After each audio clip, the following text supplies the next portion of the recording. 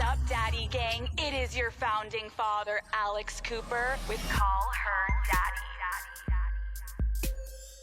Avril Lavigne just walked into my studio and brought me beer, champagne, and pizza. And I've never done a podcast before. Dude, cheers. It goes tops, bottoms, tops, crisscross.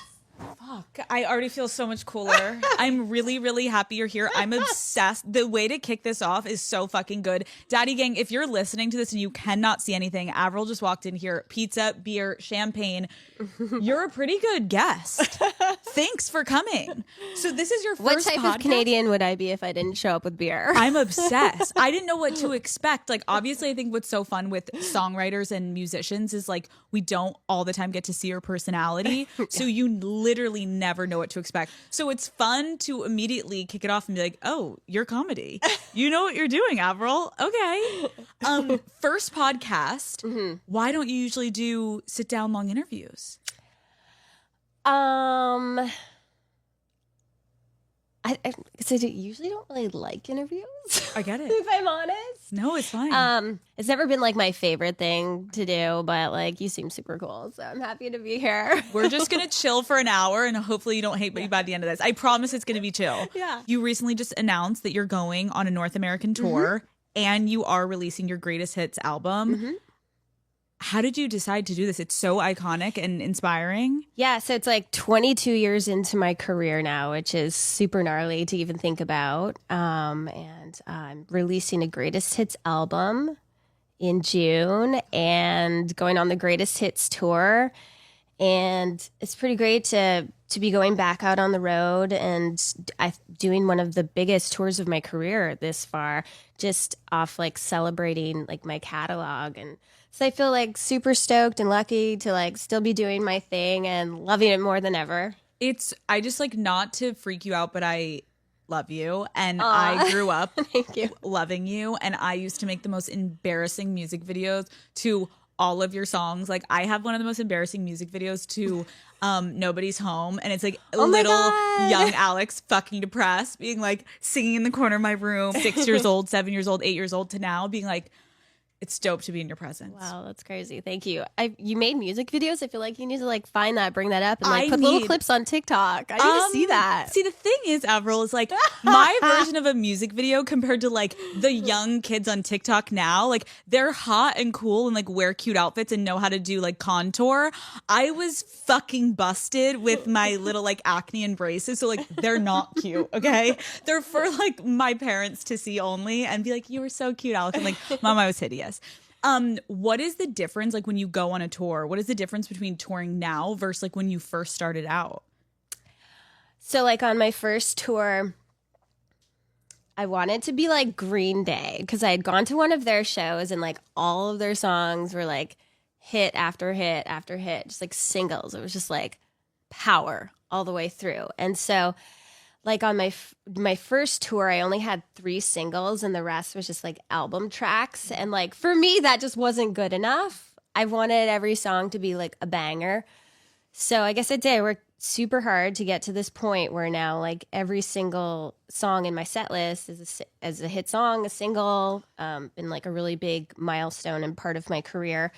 So like making a strong set list is like for me, that's like the biggest thing that goes into the show. But I think every tour has gotten easier. I've come out of my shell more as a performer. Also like bringing like my favorite bands out on the road to open with me, like actually like my friends. Yep. Yeah. Oh, that's so true. we can play like beer pong backstage, skateboard backstage together, have barbecues backstage. Didn't you have Simple Plan come with you? So Simple Plan opened for me on my first tour back in Obsessed. 2002 or something. And you had All Time Low too? All Time Lower. Oh my God. I was so obsessed with All Time Low. I was like very, very obsessed with them at a point where I was like, this is concerning. Like I really thought I was going to marry one of them. And then like, I obviously didn't. I was obsessed. And I would like wear skinny jeans and like the color, like I would wear like skinny colored jeans. Wait, where are you from? I'm from Pennsylvania. Okay. And you're from Canada. Yeah, I'm from Canada. What do you do to make it fun on tour? Like, give me an example. I like touring with my friends and like days off taking the bus Yep. to like a campsite and going camping and going and pulling up into like an RV site instead of like going to a hotel and just like sitting there staring at the ceiling like, what is my life? Seen way too many of those, way too long. Like I just go on Amazon and I get a bunch of fun, like I've got a pink cooler that I've just ordered and pink chairs that'll sit outside of my bus every day. There will be beer there. I'll have my skateboards out, and then usually my bus is the cool bus because of that. And I'll have my beer pong table out there, and then everyone just like after the show comes my way. Do you have any like pre-show rituals? Like, are you superstitious at all? I'm just like mellow as fuck in the day because if you think about it, the show is around like 9 p.m., which is why noon feels like super early I'm for so artists. sorry that you're even awake. It's okay. Oh, shit. I'm so sorry that this interview was at noon. I like come walking and I got like one eye open. I'm just like, I haven't worked out. I haven't had breakfast. I need to like make sure I'm covered here. Oh my God. I'm sorry about that. Yeah, someone came and they're like, do you think you can lower the lights a little bit? I'm like, oh, right. She's not awake. You're literally doing this asleep. You're going to leave and be like, what the fuck did I say on that interview? My time, even though the interview was at noon, my time was like 8 o'clock glam. Stop. Leave the house at 10:30. I was like, can we push glam till 9? So not superstitious. Yeah, no, I think I just like what's important is that I do take care of myself before the show. Yes. And then do the complete opposite after the show. So it's like sleep in, hopefully till 3, or noon on the early side. And then like the show, that is like the gym session. It's a 90-minute set at like 9 o'clock at night. So that's when I have to like give it my all and be awake. But that is actually the flow of my body is to like wake up at night. I'm not a morning person. We've made that clear. Or a noon person. You're like, why am I here? Can I take a quick nap, Alex? You just talk for the next hour. You just hang on while I have some pizza. That is but that makes Yeah. sense though, because I think that's like if anyone has a nighttime job, like Yeah. you're sleeping in You have super to late. bring it. It starts, and then we don't go to bed till 6 a.m. because you get off stage, you're wired, you're amped, my the God. adrenaline, and then like buses don't leave until like whatever 3 o'clock. So it's like after the show, we like set up a barbecue, have fun, hang out with the bands and all that. And party. And for me, like that tour bus, that's my home. So again, another fun Amazon order of just Hello the fuck Kitty everything. I've got like 20 Hello Kitty pillows in the front lounge. And I've got like Hello Kitty bedding, Hello Kitty towels, and everything's just pink and fun. Oh my God, I didn't even think you would be a Hello Kitty girl. Yeah. I would think like maybe Yeah. a lot of black. I have a Hello Kitty room on on my your fucking house. tour bus. On your house? The tour bus is Hello Kitty tour bus, but my room at my house, I have a room. Well, it used to be my bedroom, and it's a Hello Kitty bedroom. When guys came over, would they like be a little freaked out to like have sex in that room? Well, Avril? I wasn't. There wasn't a lot of guys. Okay, sorry. If a man, long relationships. right. If a man, I mean, there was like a stripper pole and the in the little coffee table, and like this huge pink velvet couch full of like all these stuffed animal Hello Kitties. are you getting on the stripper pole? Oh hell yeah! Wait, you're good on a stripper pole? Wait, you need to teach me. What the fuck? How did you learn to get on a... You just have a couple of those and wing it. You have a couple beers and you're ready to go. Wow. A new talent. I guess if I'd asked you like what's a hidden talent, would you ever say that or no? No. Next time you go to a party and they ask you a fun fact about yourself, you're like, I can rip on a stripper pole. You're welcome. What is one of the craziest like fan interactions you've ever had? I got a wedding dress when I was like over in Korea. Bunny was thrown at me on my lap in like a bag, and I was like, "Oh, what's this? It's warm." And I like open it. I'm like, "Ah!" I thought it was a cat. It was a bunny. But we took care of it, made sure it went somewhere safe. And then I had a wedding dress, and I was like, that's cool, but it's weird. Yeah, because now that like woman will never see her wedding dress again. No, it was like for me from a guy. Wait, what? I thought you were saying like a woman gave you her wedding dress to like Yeah. take and sign. A man gave was- you a wedding dress? Yeah, I guess that was a super forward way of Proposing. Mm-hmm. So but romantic. I have that effect on people.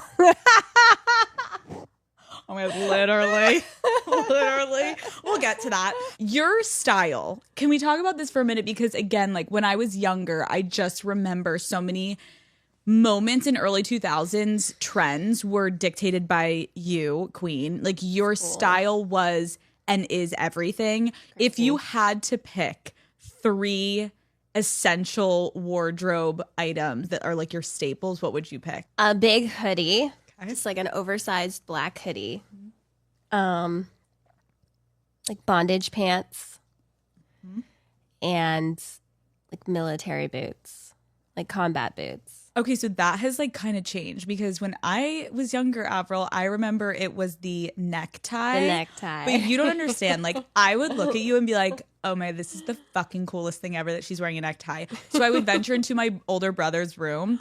But he went to like a Catholic prep school. So he had ties that were like wide as fuck and ugly and hideous. And that's the only tie I could find. And I would like wear it around my house with like a little wife beater. And I Oh really, my God, stop. That is so cute. I really thought I was doing something. And I hope those photos never surface. But the necktie was iconic. And then like the little, like the sweatbands on your wrist you used to wear, which were so cool. Yeah, it's crazy. I've been thinking about the tie a lot lately. And the wristbands, the sweatbands with the skater boy star, which is like my tattoo right here. And I'll probably wear those on stage because I used to wear them all the time. All the time. Yeah. And That's so fun. maybe I'll wear the necktie on stage. Please. Honestly, do it for me. Like I will literally have like a revival in my soul. I need to come to a show. I'm like so obsessed. But that would be epic. I think everyone, anytime we see you in a tie, it just brings us back to like our childhood and it makes us happy. It was so crazy. Like my first show, so I was like 17, and it was, I don't know where it was. It was in Vancouver somewhere. And it was sort of like a warm-up show they were putting together for me. And it was like in like a little club, and it was like the first real show. And I remember like being up in my dressing room and looking out onto the street and seeing like all the like fans lined up to come in, and the girls were dressed like me. They had on the white tank top and the tie and like stick straight hair and black eyeliner. And I was like, what? I was like, this is crazy. And it like from like the first show, it was like from the beginning, it was like a thing. And pretty cool too to see like every album, like my image changed a bit. So like Under My Skin, my second album, I put like black hair in and was wearing the bondage pants. And then all the girls front row, like the blonde hair with the black underneath, the bondage pants, black eyes. The third album, The Best Damn Thing, showing up at the show with the pink streak in the hair, and just like, I will never forget that. Trust me, I thought about doing it. My mom was like, absolutely fucking not, Alex. I'm like, shit. Were you always like super confident to wear whatever you wanted to wear, like your whole life? Yeah, it kind of just like came together. I didn't like think about it or anything.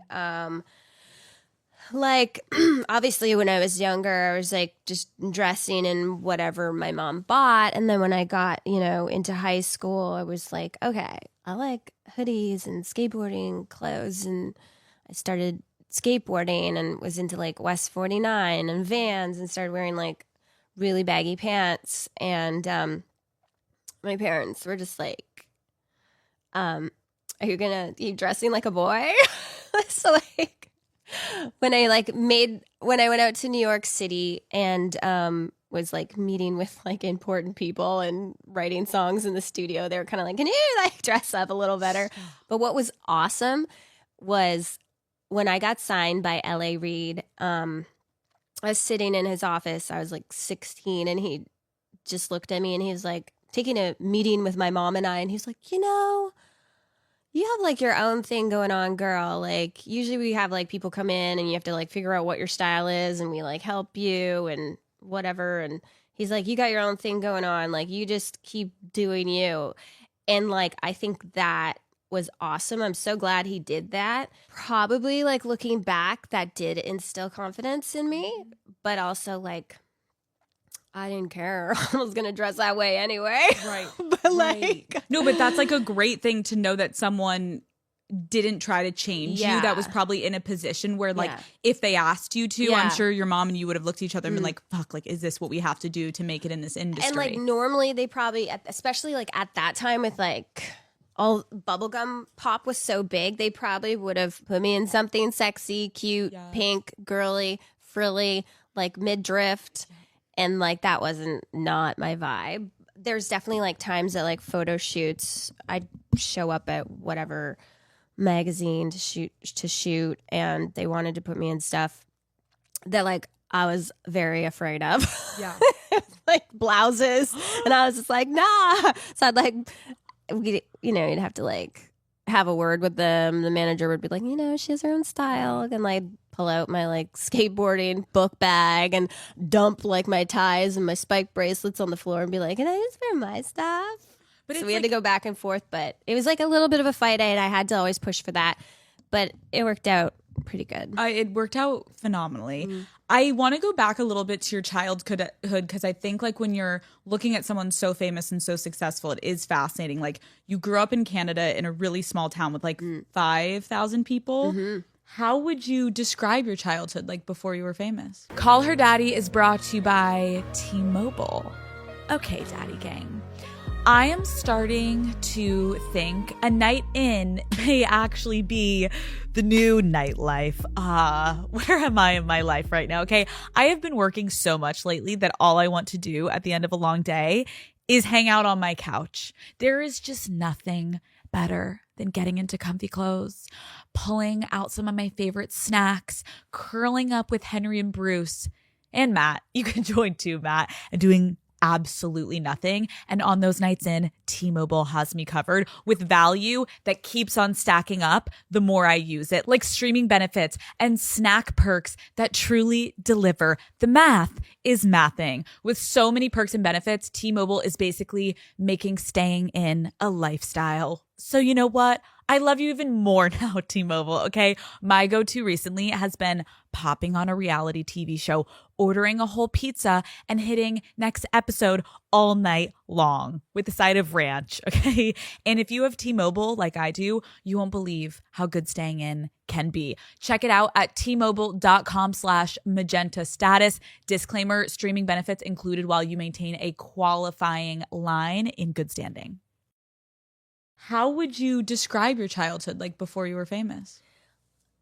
Normal as fuck. And I'm like grateful for that because like I came out at like a really young age, and I'm glad that I had like a normal, steady, like solid childhood. I played a lot of sports. I was on the hockey team. I was going to say the guys hockey team. How the fuck did you get onto the guys hockey team? Well, I just wanted to play hockey, and it was like the guys, there wasn't a girls league. So I was able to play from like novice to peewee, and then peewee is when there's body contact, and that's when I wasn't allowed to play anymore. But then by that time I was in grade 9, like my first year of high school, and they had a girls team in the high school. So I tried out for that, and I almost said auditioned. You auditioned. I tried out for the girls team in high school, and I made it.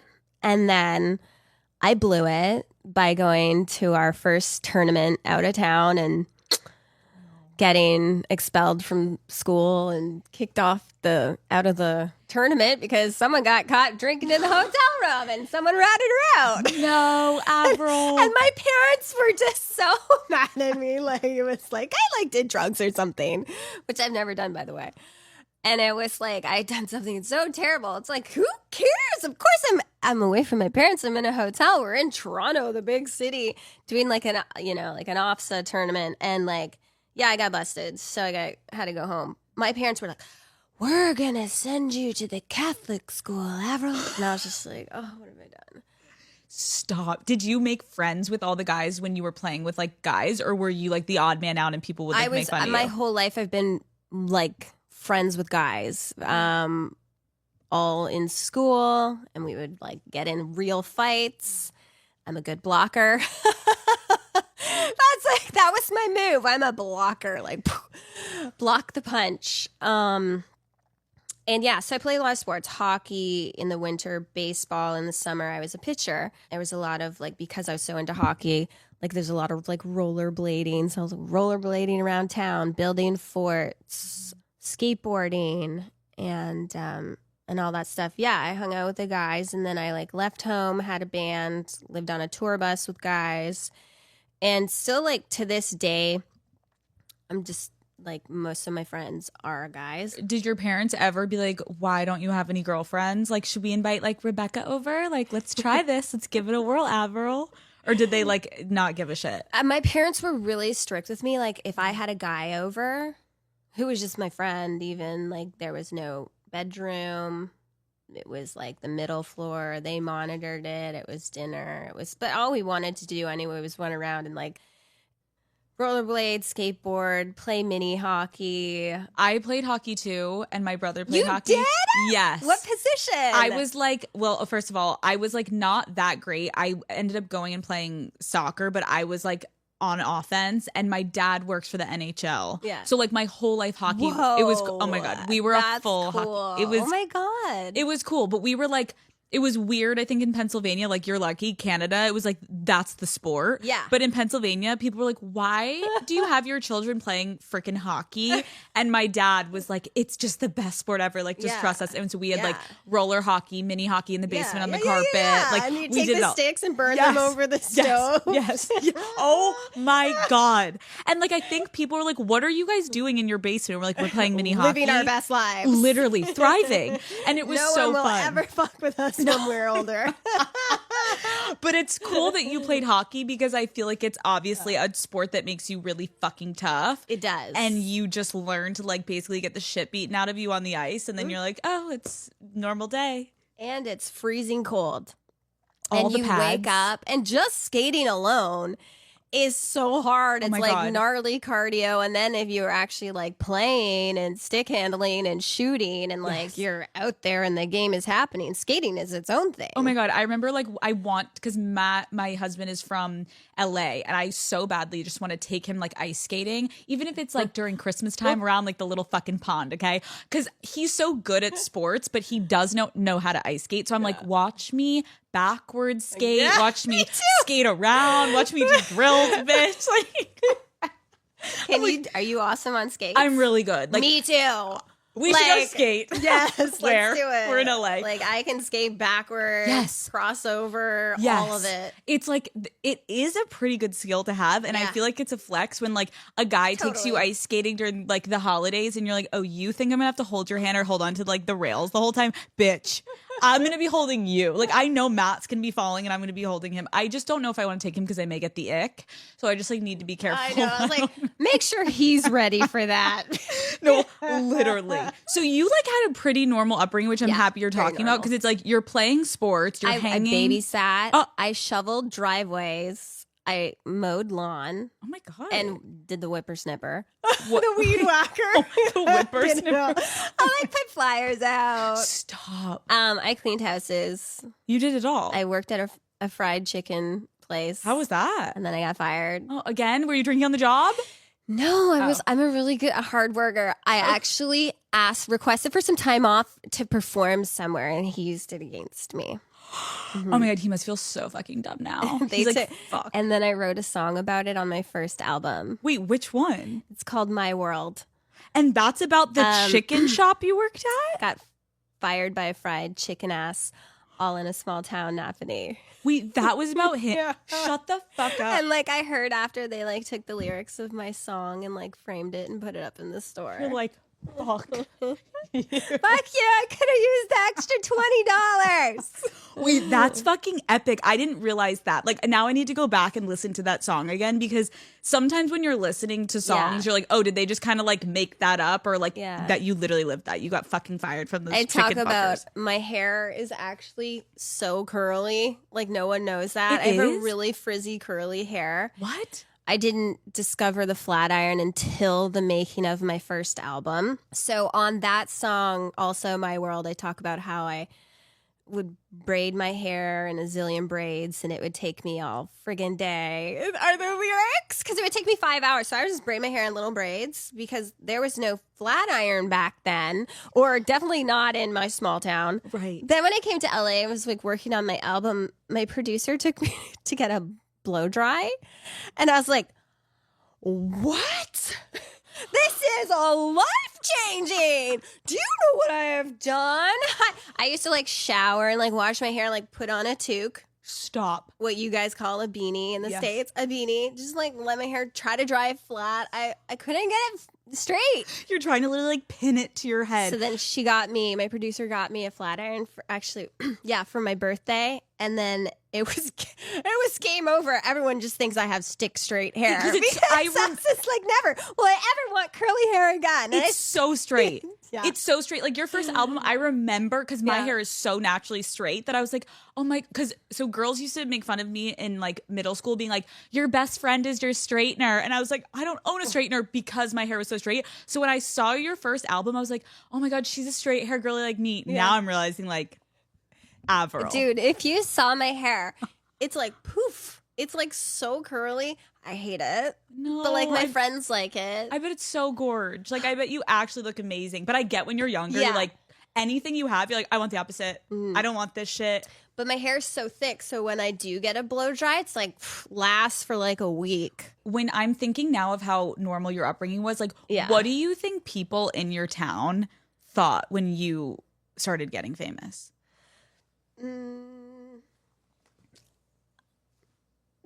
I don't know. Like, do you think it was a surprise to people? Like, okay, so like around school. Okay, so when I was 14, I won a contest to sing on stage with Shania Twain Sick. in Ottawa. So it was like a few hours away from my small town. And like I sang on stage with her. And then I came back and I was like famous in my high school. It was like walking down the hallway. I was like, singer girl. She's the singer girl. That's Avril. So everyone kind of knew me as like the singer girl. You got famous at 17 years old. Yeah. Like big So fame. I'm a high school dropout. Love. Me too. Do you, yeah. I went to New York and I started making my first album. My friends were all doing what are those things called? The exams. Oh, the shit I didn't have to do. Is it an exam? Like No, wait. SATs? What's the thing at the end? Yeah. Yeah, an exam. Yeah, I didn't have to do that. Oh, And I would finals? make fun of them and I'd be like, thank God I don't have to do this. I'm just in New York gaining 10 pounds, eating McDonald's and pizza every day. No shit. That's all my brother and I did because he came to chaperone. Oh my And God. so, yeah. But all I was thinking at the same time was, this better work. Right? You're like, This fuck. better work. Because I feel like you're a quite confident person. Like, did you have any insecurities back then? No. I was like, just like tomboy, liked hanging out with the guys, loved music. And then, you know, like when I was younger, I was singing in church, singing at like the country fairs around town. That's kind of like, those were sort of the like options in front of me. Then when I got into high school, so like 14, 15, I was like, not really feeling these songs anymore. So I like went through a phase where it was like, I could have gone, you know, I was at a crossroads. It could have been like, okay, I'm not going to sing anymore. Or it was just like, I don't want to do these events anymore. So I started turning them down and it was kind of like, oh, what are we doing here? And that forced me to write my own songs. So I sat in my bedroom and was like playing the guitar. I had no idea what I was doing. I knew one chord, but I was going to figure it out. And so I started definitely like writing for sure at 14. I didn't know that because one of my songs I wrote, Oh my God. really, I'm 14 years old. No. I'm not that old. That's one of the fucking lyrics in the song. So I was like, I know I was writing by 14. That's amazing. Yeah, so and then I got into high school and then I discovered like Green Day and No Effects, Blink-182, and I was like, yes. And like got an electric guitar, wore it low, and just started writing my own songs. And that's kind of like where it all shifted for me, and then sort of like ended up performing again and making my way to New York City, getting a record deal by like 16, and was so young. No one could fathom that like I wanted to write my own songs. So that was like the biggest sort of challenge on the making of the first album, and that it's the producers, you know, they naturally went to like polished and fluffy and this and that. And I was just like, no. And it was like I worked with a million people on that album. And then I finally connected towards the end with a couple of producers that then understood.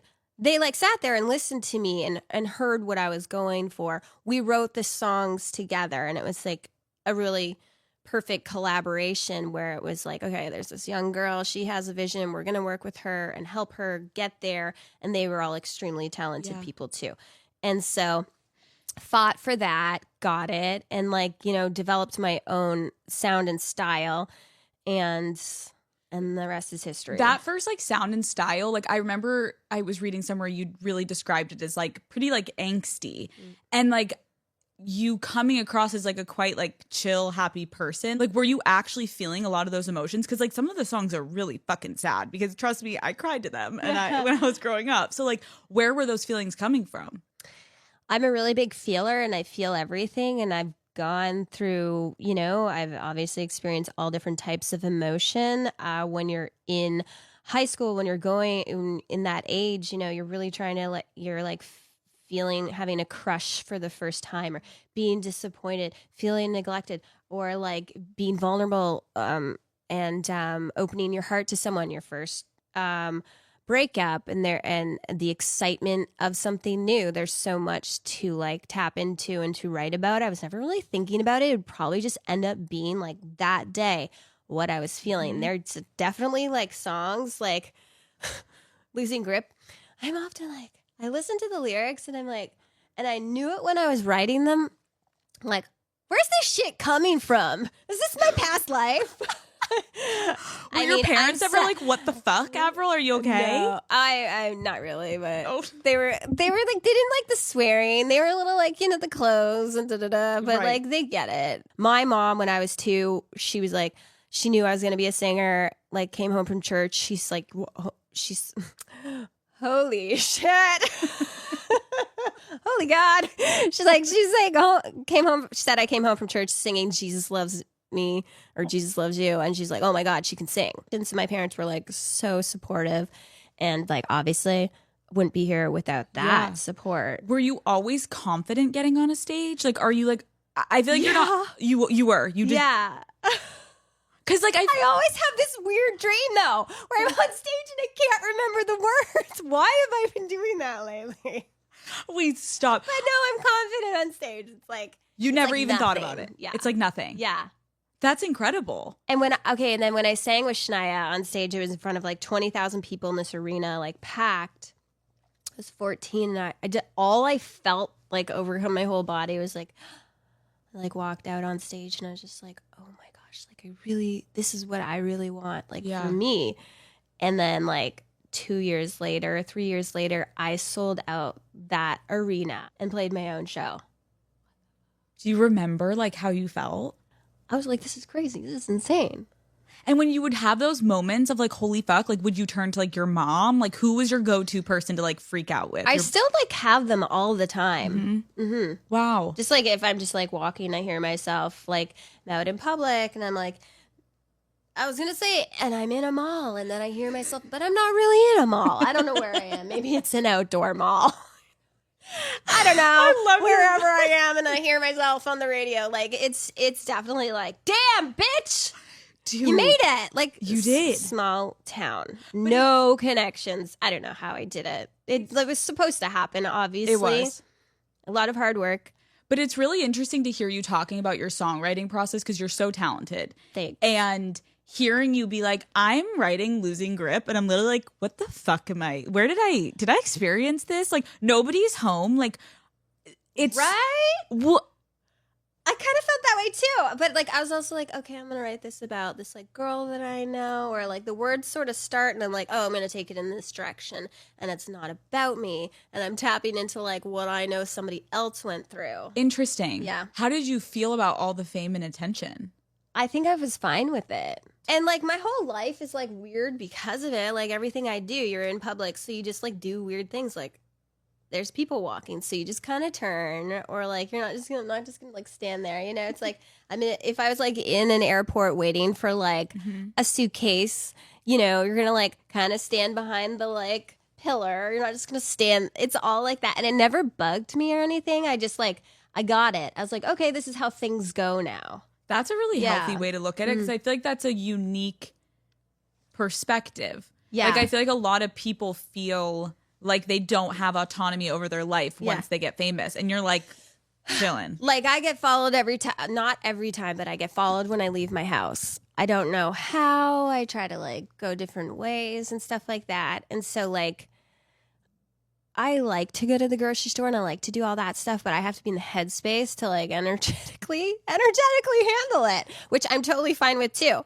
Like, Really? do you really want your picture taken like this if you walk out right now? Are you okay with it? You know what I mean? It's like you have to think about that. I am really pleased by your answer. Like there is no right or wrong answer. Like I've had musicians sit here and be like, I'm such an introvert, it's really fucking hard. And like I hate it, and I wish I could just write songs and upload it and never be in public.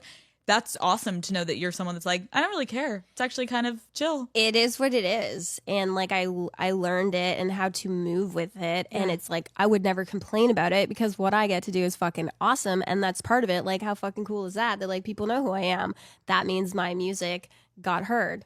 So fucking true. Call Her Daddy is brought to you by ZocDoc. Okay. Do you remember that doctor's appointment you were supposed to make a while ago? I'm talking to myself and all of you listening and watching. Yes, the one you meant to book, but then you got distracted and you completely forgot about until now, me reminding you. Maybe it's a dentist appointment. Maybe it's an overdue annual checkup. Either way, let this be your sign to finally book it today. ZocDoc is a free app and website where you can search and compare high quality in-network doctors and click to instantly book an appointment. They have over 100,000 providers across every specialty, from primary care to dental health, eye care to urgent care to mental health and more.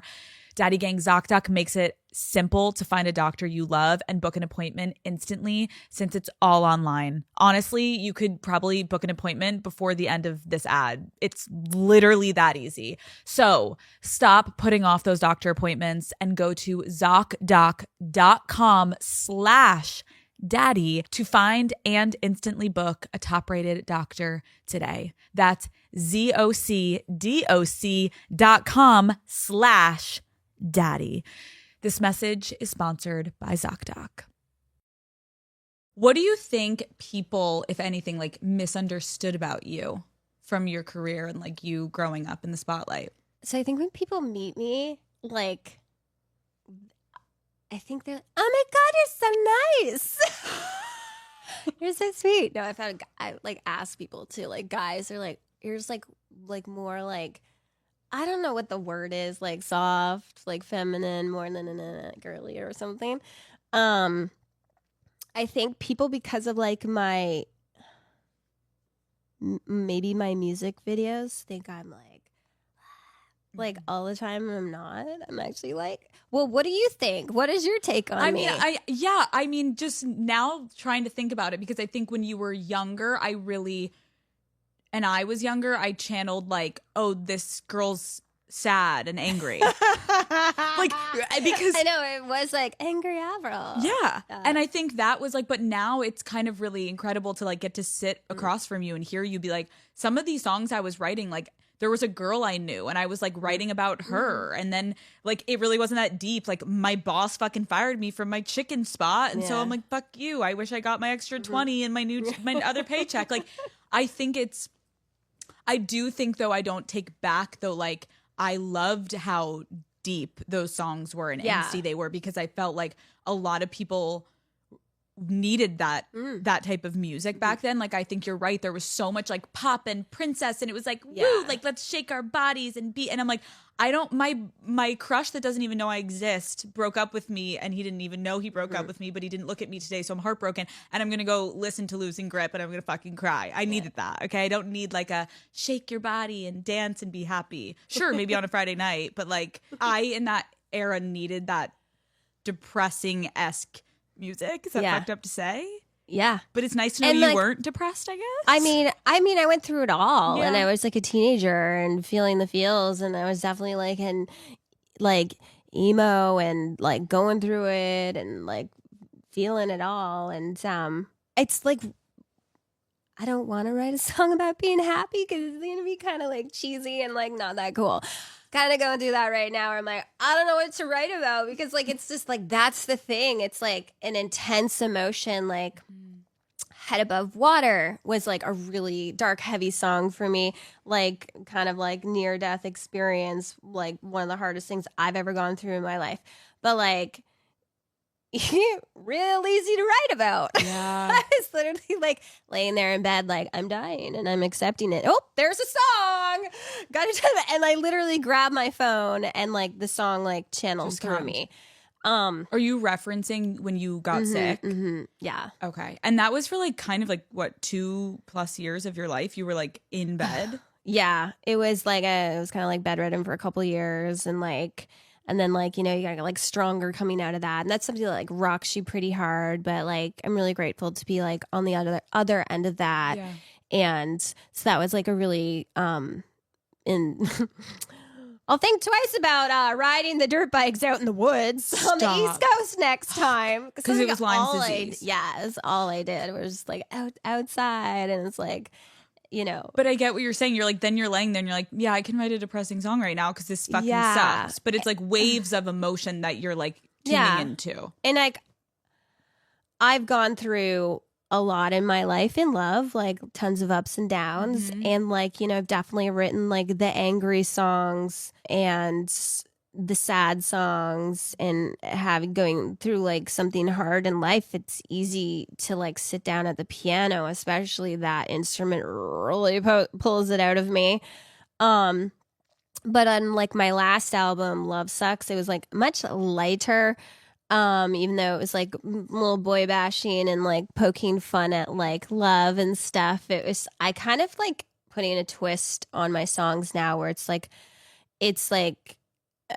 funny. It's like, I'm just like rolling my eyes at myself or like not working out again or something and just like having fun with it. I'm in a place right now today where I'm writing. I don't really like want it to be like that dark. I say that means nothing at all because tomorrow I could go write a boohoo song. I think that's something that you just never know. Like it's like when I'm in the kitchen and I'm cooking, I don't know what I'm cooking and it turns into what it turns into. I get a canvas. I love to paint. I have no idea what I'm doing. I'm like, oh, that looks cool. That can go on the wall. That one, not so much. When you write a song, sometimes like you can be intentional with an album, go in and be like, this is my vibe, or you can just like wing it, write, and just see what kind of comes out and gets put together. I think that some people may not know. Like, I love that you said, like, when you walked into those meetings, people were like, how is like a 16-year-old girl trying to write? Like, here, let us give you writers and like, just go sing, sweetie. And I think you're such an incredible writer that like, I know one of the fun facts online that everyone still can't get over is that you wrote Breakaway for Kelly Clarkson. And that's like a perfect example of like, you're so talented. Do you remember writing that song? And like, was it about a heartbreak? The lyric used to be, I grew up in a small town and when the snow would fall down, I would just stare out my window. Oh my God. I'm actually going to will perform that Breakaway, Kelly Clarkson's Breakaway on the Greatest Hits tour. That would be fucking amazing. How did you decide to get rid of it? I just like wasn't feeling it. Yeah. And I'm so glad it went to her. She killed it. It was a massive hit for her. And it's kind of like just like growing, being from a small town and taking a chance and like going into the big city and going after your dream. There is a crazy rumor out there about you that I obviously have to ask about. And I always ask people when they come on my show, like, oh, what's the craziest rumor that you've ever heard about yourself?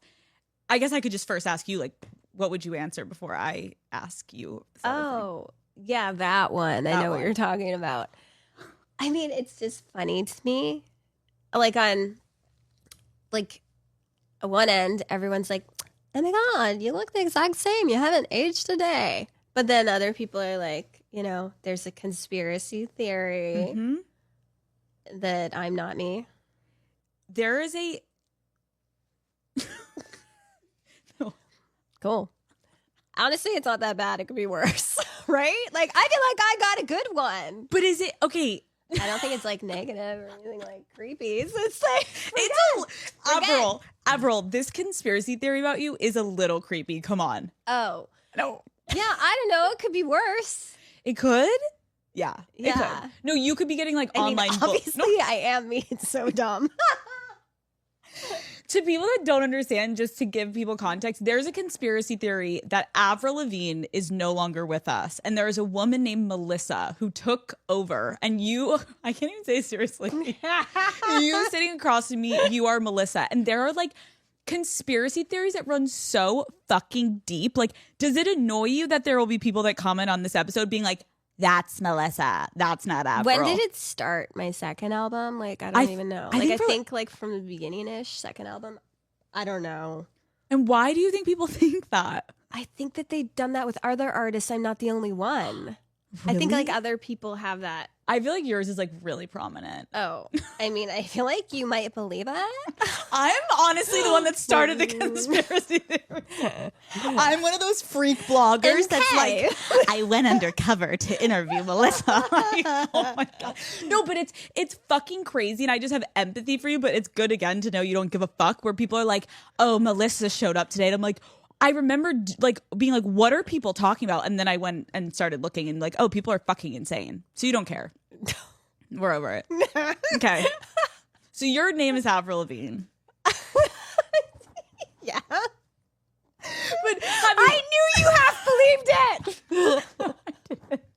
I'm telling you what's crazy is you haven't aged. I'm staring at you and like I'm picturing you with your like auburn hair and I'm like, oh my God, you literally look the same from when you were younger. You're beautiful. Thank Let's talk you. about your love life.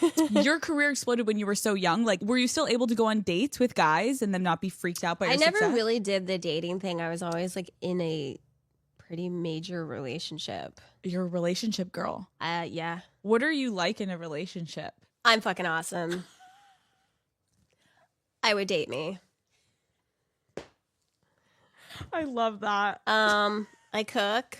I'm a really big cook, really big into like the house and decorating, and I have like a lot of fun with that. So yeah, I'd always have people over at my house, throw parties, cook big, huge dinners at the dining room table. I'm going to order that keg stand. There is going to be a full bar. We are going to have beer pong and stay up until the sun comes up. It's going to be a good time. And there will be Hello Kitty and stripper And there will poles. be matching tattoos involved. All of my tattoos were drunk tattoos. And like, they'd be boring if I was sober. All of them are drunk. So let's finish this beer and then we'll let's call go my get tattoos. tattoo art. We'll go to Shamrock on Sunset. Yeah. Okay, so all of these are drunk tattoos. Yeah, I like the Skater Boy star was my first tattoo. I was 19, and then Do your parents have tattoos? all my tattoos are. Oh, I have tattoos on my hips.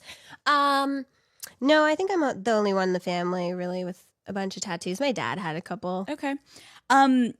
What is the hardest lesson you've ever learned about love? I mean, I definitely went through my like jaded phase. With my previous album called Love Sucks. And I had gone into a place of, all right, I'm just going to like focus on myself. I'm going to move to Malibu. I'm going to build my own life for me. And I'm not going to like wait for a guy or rely on a guy to like do that.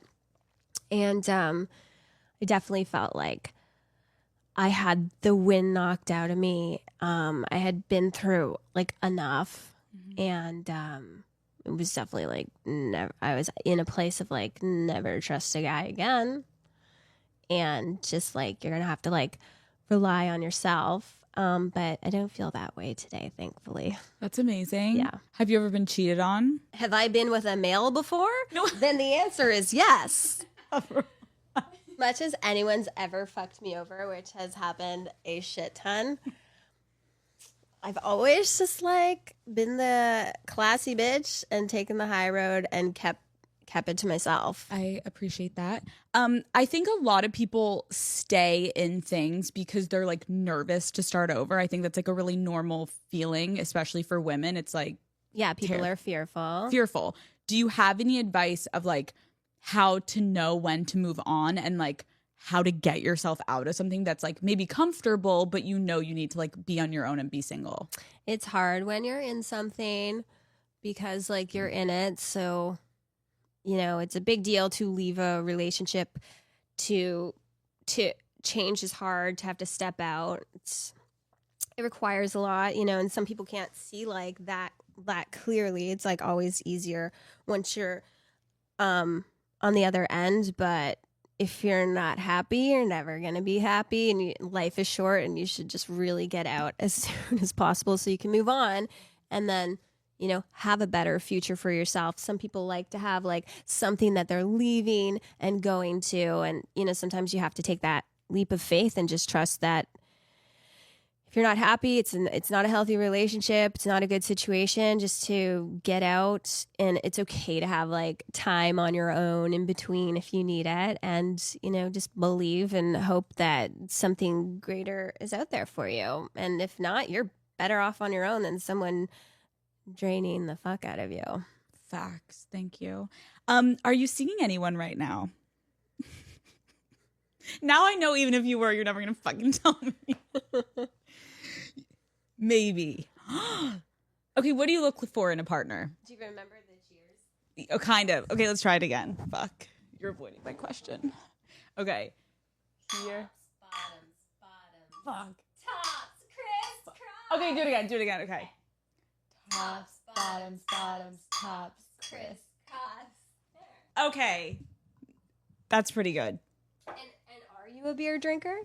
I am when I'm like, whether I'm like outside for summer, like I'm not drinking beer usually if it's like winter, but if it's like summer, I like to drink it like with Matt if I'm sitting outside with my dogs. Like it's like a chill drink. If I'm like, oh, I don't want to be drinking tequila tonight, I will drink beer. And also in college, are you kidding me? I was drinking natties like a freak, and like it was bad, and beer bonging and everything. So like any day, anytime in California, you could be a beer drinker. Absolutely, exactly. Pennsylvania. You should come to my house in Malibu. We'll have a beer. We'll have a beer and play beer pong. And you'll answer some of my questions off camera. Yeah. Oh, honey, if you only knew. Avril, you're giving us blue balls. Okay, okay, so you may be seeing someone. What do you look for in a partner? So I think the most important thing is finding someone that you're compatible with, because you could be two different great people, but if you're not compatible, you're not going to get along. So like you're going to argue. So compatibility, obviously it all just sounds cliche. Someone that is trustworthy, because if you don't have that, you're just never going to feel grounded in the relationship, and you're going to be spinning. So that's just not healthy. I'm looking for, you know, a healthy relationship is ideal. Duh. Yeah. No. But do we really have to say these things are so simple and cliche and basic? But that's what you need. No, it's true. You need compatibility, trust. Like, do you have a type? I don't think I have a type, but like someone who's at least like, I think someone who's like me, who's like sporty, got a a little rough around the edges, likes to have a good time, but is like, you know, a solid. I need someone who's like a solid that I can lean on to. Yeah. Oh my God, would you ever date like an athlete? What about a hockey player? No. You're like, they're too... No, what about a guy from Canada that's in the NHL? Come on. Wait, that's fucking perfect. No? We're done with the rappers. Did you ever date Tyga? You're like, get out of here. Wait, does it annoy you that every time you upload something with Tyga, people are like, is this your announcement that you're dating? Or you don't care? Like, I didn't Google myself. Is that what it says? Yes, Melissa. It says that. I can't. You're like, bitch, you really believe it. I promise I don't. What does it take for a guy to impress you on a first date? I think I've changed a lot in my expectations and what I am looking for, because I've like, learned through my experiences, and just, I'm into something that's just like stable, healthy, fun, just well-rounded. Yeah. What? Like this. The shit just sounds super cheesy. That's why I don't write love songs. Avril, this is good. This is like therapy. Like, you can totally be happy and say happy thoughts, but then like, please keep writing bangers that like make me cry. Like, please. Although like Girlfriend was like not pop. Well, that was actually not happy. That was actually dark. It was just like sassy and cocky. I don't like your girlfriend. I think you need a new one. I could be your girlfriend. Oh my God. I wrote that fucking song in 2 minutes, that chorus. What? Literally 2 minutes. So I was good. like putting my book bag on, leaving the studio. It was like 11 o'clock at night. And I was like, play me a riff. Because we were borrowing, we had this like amazing Les Paul. And I was talking to Luke and I was like, yo, play me something like punk rock right now. And he's like, and I was like, hey, you, I don't like your girlfriend. And he's like, and we're like, no way. And he's like, think you need a new one? And I was like, hey, you, I could be a girlfriend. Literally, he puts the drums to it. 2 minutes, wrote that, put it on a CD. I got a CD, put it in my car, and I took it home. I was like, this is going to be the song of the summer. It was. And I still is. knew it. And my body has done that to me, like with my happy ending. We were in the studio, made the song. I came in after I was done singing it, sat down.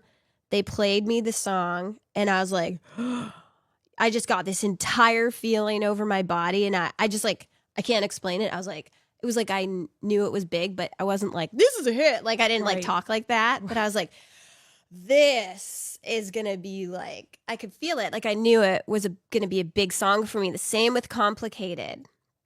Laying in the grass in California, one of my first trips, and around the orange trees writing with Lauren, and we're like working on this song, and I just remember like sitting on the floor, and I'm like, I hear this on the radio. Like, I had like these really strong feelings with like some of my big songs. Do you remember? I never had that feeling with a song that didn't like. That's wild.